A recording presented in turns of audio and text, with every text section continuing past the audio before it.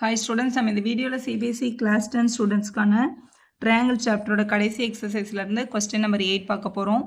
E is a point on the side AD produced. அதாவது ADன்ற சைடுல அந்த பாயிண்ட் இல்ல, ADயை எக்ஸ்டெண்ட் பண்ணா அந்த பாயிண்ட் இருந்தது. Eன்ற பாயிண்ட் வந்து ADன்ற சைடை ப்ரொடியூஸ் பண்ணா இருக்கு. AD அப்படின்றது என்ன அப்படின்னா it's a side of a parallelogram. parallelogram ABCD அப்படின்னு கொடுத்துருக்காங்க.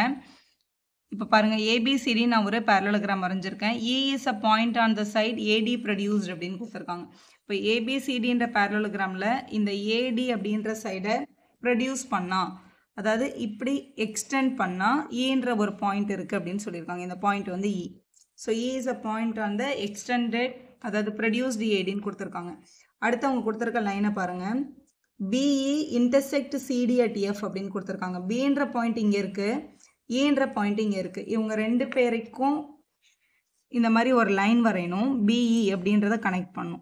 இப்படி கனெக்ட் பண்ணும்போது என்ன ஆகுதுன்னா இது சிடின்ற லைனை வந்து இன்டர்செக்ட் பண்ணிட்டு போகுதுன்னு சொல்லியிருக்காங்க. பிஇ வந்து சிடி இன்டர்செக்ட் பண்ணியிருக்கா, ஆமாம் இந்த பாயிண்ட்டில் இன்டர்செக்ட் பண்ணியிருக்குல்ல, இந்த பாயிண்ட்டை எஃப்னு எடுத்துக்கோங்கன்னு கொஸ்டினில் மென்ஷன் பண்ணியிருக்காங்க. BE intersect CD at F அப்படின்றத உங்களோட கொஸ்டின். இப்போ என்ன ப்ரூவ் பண்ண சொல்கிறாங்கன்னு பாருங்கள். ஏபிஇ அதாவது இந்த ஃபுல் ட்ரையாங்கிளும் ஏபிஇன்ற ட்ரையாங்கிளும் சிஎஃபின்றது இந்த குட்டி ட்ரையாங்கிள், இந்த குட்டி ட்ரையாங்கிளும் இந்த ஃபுல் ட்ரையாங்கிளும் சிமிலர்னு ப்ரூவ் பண்ண சொல்லியிருக்காங்க. ஸோ இதான் டயக்ராம், இதான் நமக்கு ப்ரூஃப் தேவை. இப்போ ஏபின்றது இந்த ஃபுல் ட்ரையாங்கிள், சிஎஃபின்றது நான் இங்கே டாட் வைக்கிறேன் பாருங்கள், இந்த ட்ரையாங்கிள் மட்டும், இந்த ட்ரையாங்கிளும் இந்த டாட் வைக்காத ட்ரையாங்கிளும் சிமிலர்னு ப்ரூவ் பண்ணணும். இதோட ரெண்டு ஆங்கிள் ஈக்குவல்னு ப்ரூவ் பண்ணாலே உங்களோட சிமிலாரிட்டி ப்ரூவ் பண்ணிடலாம்.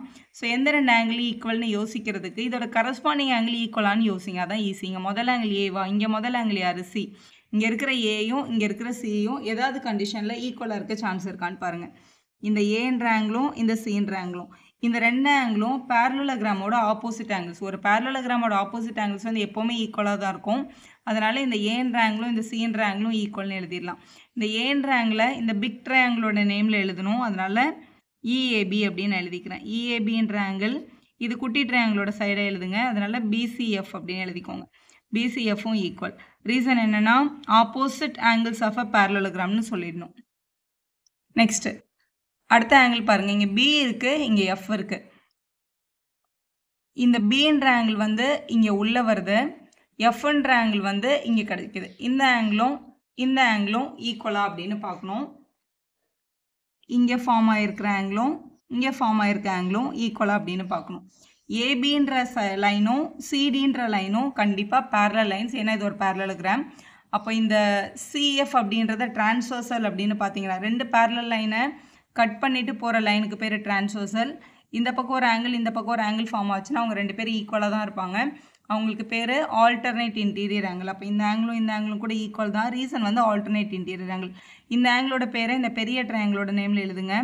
அப்போ ஏபிஇன்னு எழுதிக்கலாம், ஈக்குவல் டு இந்த குட்டி ட்ரையாங்கிள் நேமில் எழுதுங்க, சிஎஃப்பி அப்படின்னு எழுதிக்கலாம். ரீசன் என்னென்னா ஆல்டர்னேட் ஆங்கிள்ஸ் ஆர் ஈக்குவல்னு எழுதிடலாம், ஆல்டர்னேட் இன்டீரியர் ஆங்கிள்ஸ்னு எழுதிடலாம்.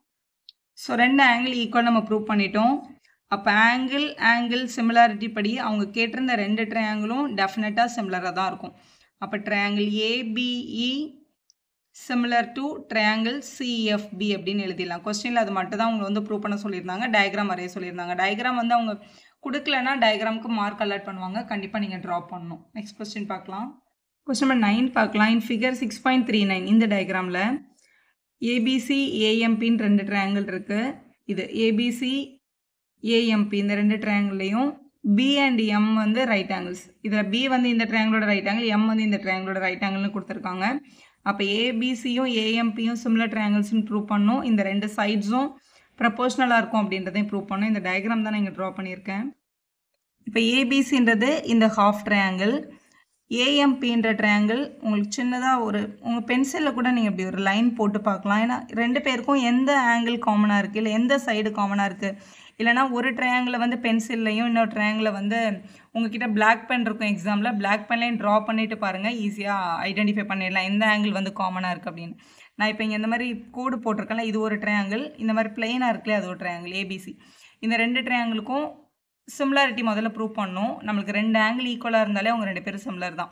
ஏபிசின்ற ட்ரையாங்கிளில் கொஸ்டினில் B19 கொடுத்துட்டாங்க, ஏஎம்பின்ற ட்ரையாங்கிளில் எம் வந்து 19 கொஸ்டின்லேயே கொடுத்துட்டாங்க, அதை முதல்ல எழுதிக்கலாம். ஸோ ஏபிசியில் வர்ற பீன்ற ஆங்கிளும் ஏஎம்பியில் வர்ற எம்ன்ற ஆங்கிளும் 90 டிகிரின்னு கொஸ்டினில் மென்ஷன் ஆகிருக்கு. அப்போ அதோட ரீசனை நம்ம கிவன்னு எழுதிக்கலாம்.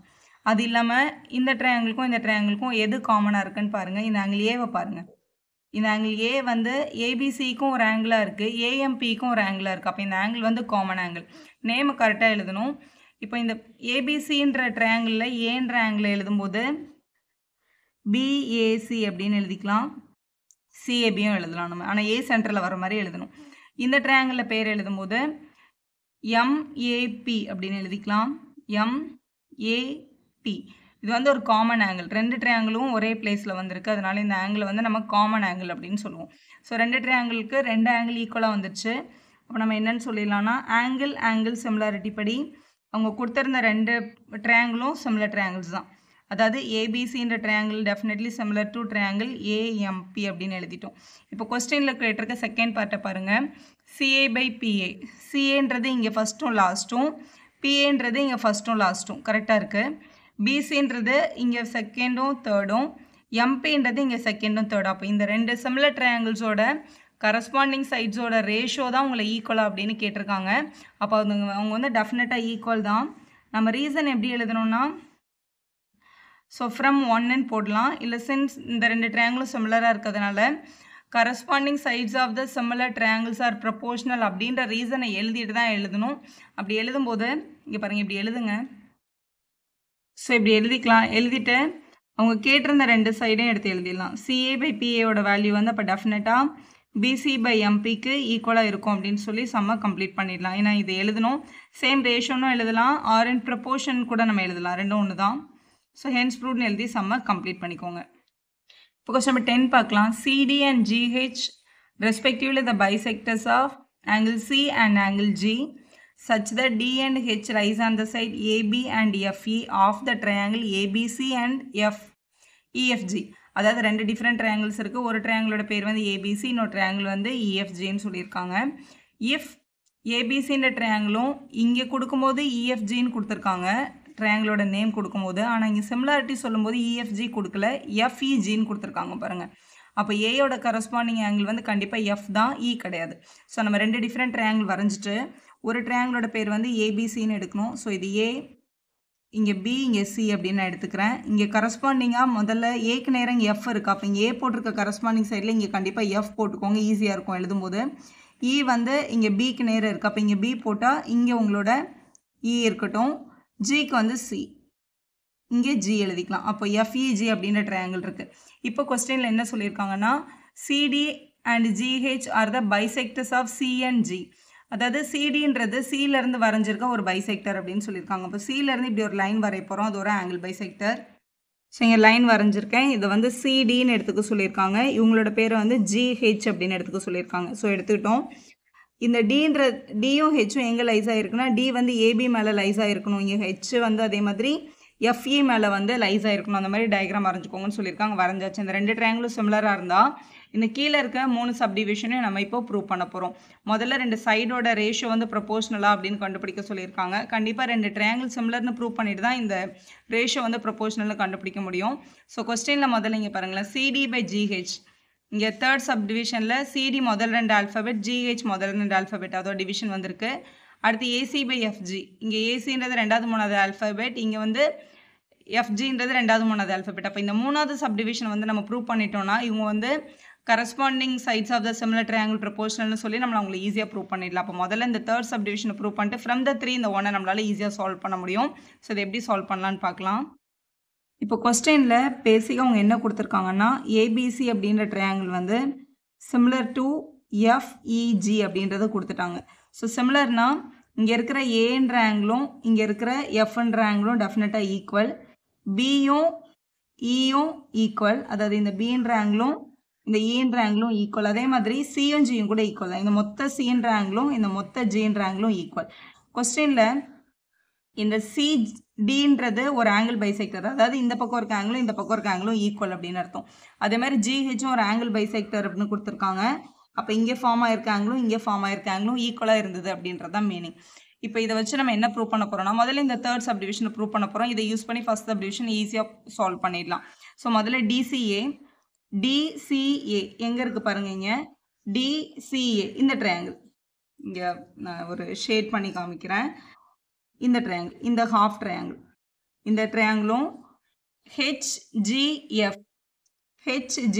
இந்த ட்ரையாங்கிள், இந்த ரெண்டு ஹாஃப் ட்ரையாங்கிளும் சிமிலர்னு உங்களை ப்ரூவ் பண்ண சொல்லியிருக்காங்க. ஸோ கம்பேர் பண்ணி பார்க்கும்போது இங்கே இருக்க ஏயும் இங்கே இருக்க எஃப்பும் சேம், ஏன்னா அது ரெண்டு பேரும் சிமிலர் ட்ரையாங்கிள்ஸோட ஆங்கிள்ஸாக இருக்காங்க.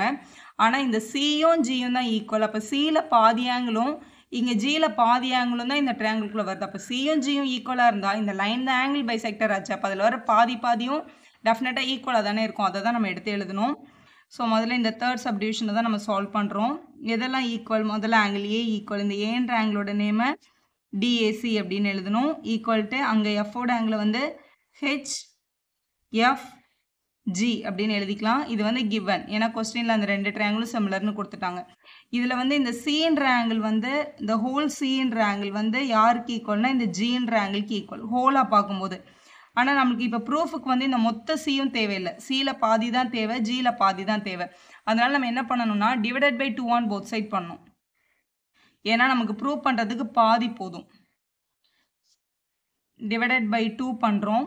அப்போ angle C/2 equal to angle G/2 அப்படின்னு எழுதிக்கலாம். சியில் ஹாஃப்ன்றதை இந்த பக்கம் ஆங்கிள் பேர் எழுதிக்கோங்க, DCA. இந்த ஆங்கிளோட பேர் வந்து DCA. ஜியில் பாதி வந்து இந்த ஆங்கிள் HGFன்னு எழுதிக்கலாம். So HGF. ஸோ இது ஒரு ஆங்கிள் ஈக்குவல், ஏயும் எஃப்பும் ஈக்குவல், இந்த ஹாஃபும் ஈக்குவல். அப்போ ரெண்டு ஆங்கிள் ஈக்குவலாக வந்துடுச்சு. அப்போ ஆங்கிள் சிமிலாரிட்டி படி இந்த ரெண்டு ட்ரையாங்கிளும் சிமிலர் தான் அப்படின்னு நம்மளால் டெஃபினட்டாக சொல்லிட முடியும். ஸோ இது இப்படி எழுதிக்கலாம். ஆங்கிள்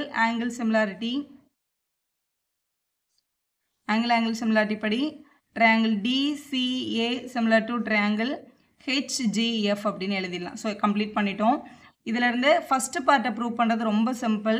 அதாவது CD/GHோட வேல்யூவும் AC/FGயோட வேல்யூவும் ஈக்குவலா அப்படின்னு கொஸ்டினில் கொடுத்துருக்காங்க. ஈக்குவல் தான், ஏன்னா கரஸ்பாண்டிங் சைட்ஸ் ஆஃப் த சிமிலர் ட்ரையாங்கிள்ஸ்ன்றது தான் அதோட மீனிங். அதை நம்ம ஸ்டேட்மெண்ட்டாக எழுதிக்கலாம். இப்போ இந்த தேர்ட் பார்ட்டை பார்க்கலாம், செகண்ட் பார்ட்டை பார்க்கலாம். DCBயும் HGEயும் சேமான்னு கேட்குறாங்க. இப்போ வந்து DCB இங்கே இருக்குது பாருங்கள், இந்த டாட் வைக்கிறால இந்த ட்ரையாங்கிள், இதுவும் HGEயும்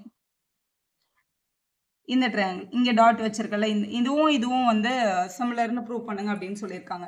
ஆல்ரெடி கொஸ்டினில் இந்த மொத்த ட்ரையாங்கிளும் சிமிலர் ட்ரையாங்கிள்ஸ்ன்னு மென்ஷன் பண்ணிட்டாங்க. இப்போ இந்த ஹாஃபும் சிமிலராக தான் இருக்கும்னு கண்டுபிடிக்க சொல்லியிருக்காங்க, அவ்வளோதான். இப்போ செகண்ட் பார்ட்டில் இந்த ரெண்டு டாட் வச்ச ட்ரையாங்கிளோட இந்த பியும் இந்த இயும் சேமாக இருக்குது. அதனால் நம்ம எழுதிக்கலாம் DBCயும் இங்கே இருக்கிற ஈன்ற ஆங்கிள் வந்து HEG அப்படின்னு எழுதிக்கலாம். இந்த ஆங்கிள் ஈக்குவல், இது ஆல்ரெடி கொஸ்டினில் கிவன்னும் எழுதலாம், இல்லை ப்ராக்கெட்டில் இந்த ரெண்டு ட்ரையாங்கிளும் சிமிலராக இருந்ததுனால இவங்க ரெண்டு பேரும் ஈக்குவல் அப்படியே நம்ம எழுதிக்கலாம். ஸோ ஒரு ஆங்கிள் ஈக்குவல்னு கண்டுபிடிச்சாச்சு. அப்போ இன்னொரு ஆங்கிள் ஈக்குவல்னு ப்ரூவ் பண்ணோம்ல, அது எந்த ஆங்கிள் எடுக்கணும்னா கொஸ்டினில் இந்த மொத்த சியும் ஈக்குவல் அப்படின்னா இங்கே மொத்த ஜியும் ஈக்குவல். அப்போ இந்த சியில் பாதி இந்த ஆங்கிள், ஜியில் பாதி இந்த ஆங்கிள் ஈக்குவல் அப்படின்னு எழுதிக்கலாம். இதே ப்ரொசீஜர் தான். இதை எடுக்கும்போது இந்த ஹாஃப் எடுத்துக்கணும், இங்கே கீழே எடுக்கும்போது இந்த கீழே இருக்கிற ஹாஃப் எடுத்துக்கணும். இதே ப்ரொசீஜரில் எழுத முடியும் நம்மளால். ஆங்கிள் சியும் ஆங்கிள் ஜியும் ஈக்குவல் அப்படின்னு கொஸ்டினில் கொடுத்துட்டாங்க. ஏன்னா கரஸ்பாண்டிங் ஆங்கிள்ஸ் அப்போ சிமிலர் ட்ரையாங்கிள் அவங்க ரெண்டு பேரும். இப்போ நம்ம என்ன பண்ணோம்னா ரெண்டு பக்கமும் டிவைடட் பை 2 பண்ணோம். டிவைடட் பை 2 பண்ணால் இது வந்து ஆங்கிள் C/2 கிடைக்கும், இங்கே ஆங்கிள் G/2 அப்படின்னு கிடைக்கும். C/2 எழுதும்போது சியில் பாதியோட பேரை DCBன்னு எழுதிக்கோங்க. ஏன்னா உங்களுக்கு என்ன ப்ரூஃப்க்கு வேணுமோ அதை தான் நம்ம எழுதணும். ஸோ DCBயும் ஜியில் பாதி, ஜியில் ஹாஃபை HGE அப்படின்னு எழுதிக்கலாம். ஸோ HGE அப்படின்னு எழுதிக்கலாம். ஸோ ஆல்ரெடி இங்கே ஒரு ஆங்கிள் ஈக்குவல் நம்ம ப்ரூவ் பண்ணியிருக்கோம், பியும் இயும் கொஸ்டினில். இப்போ நம்ம புதுசாக இன்னொரு ஹாஃபும் ஈக்குவல்னு ப்ரூவ் பண்ணியாச்சு. அப்போ ரெண்டு ஆங்கிள் ஈக்குவல்னு ப்ரூவ் பண்ணியிருக்கோம். ஆங்கிள் சிமிலாரிட்டி படி அவங்க கொடுத்துருந்த ரெண்டு ட்ரையாங்கிளும் அப்போ டெஃபினட்டாக சிமிலர் தான். DCBன்ற triangle similar to triangle HGE அப்படின்னு எழுதிடலாம். ஸோ கொஸ்டினில் 3 பார்ட் இருந்தது, 2 வந்து சிமிலர் ப்ரூஃப் கண்டுபிடிக்கிறது, ஃபஸ்ட்டு பார்ட்டு மட்டும் இந்த மாதிரி சைட்ஸோட ரேஷியோ ப்ரொபோஷனல் கண்டுபிடிக்கிறது. ஸோ முதல்ல அந்த ட்ரையாங்கிள்ஸோட சிமிலாரிட்டி ப்ரூவ் பண்ணிவிட்டு அதுக்கப்புறம் ரேஷியோ வாங்க. இந்த மாதிரி ரேஷியோ ஈக்குவல் எழுதுறதுக்கு கீழே இந்த சென்டென்ஸ் மட்டும் இன்க்ளூட் பண்ணிடலாம். So corresponding parts of the similar triangles are proportional. Corresponding parts அப்படின்னா இதில் வந்து நீங்கள் கரஸ்பாண்டிங் சைட்ஸ் அப்படின்னு எழுதிக்கலாம். ஏன்னா கொஸ்டினில் வந்து சைட்ஸை தான் உங்களை ப்ரூவ் பண்ண சொல்லியிருக்காங்க. வீடியோ யூஸ்ஃபுல்லாக இருந்தால் ஒரு லைக் போடுங்க, உங்கள் ஃப்ரெண்ட்ஸ்க்கும் ஷேர் பண்ணுங்கள். Subscriber channel for more videos.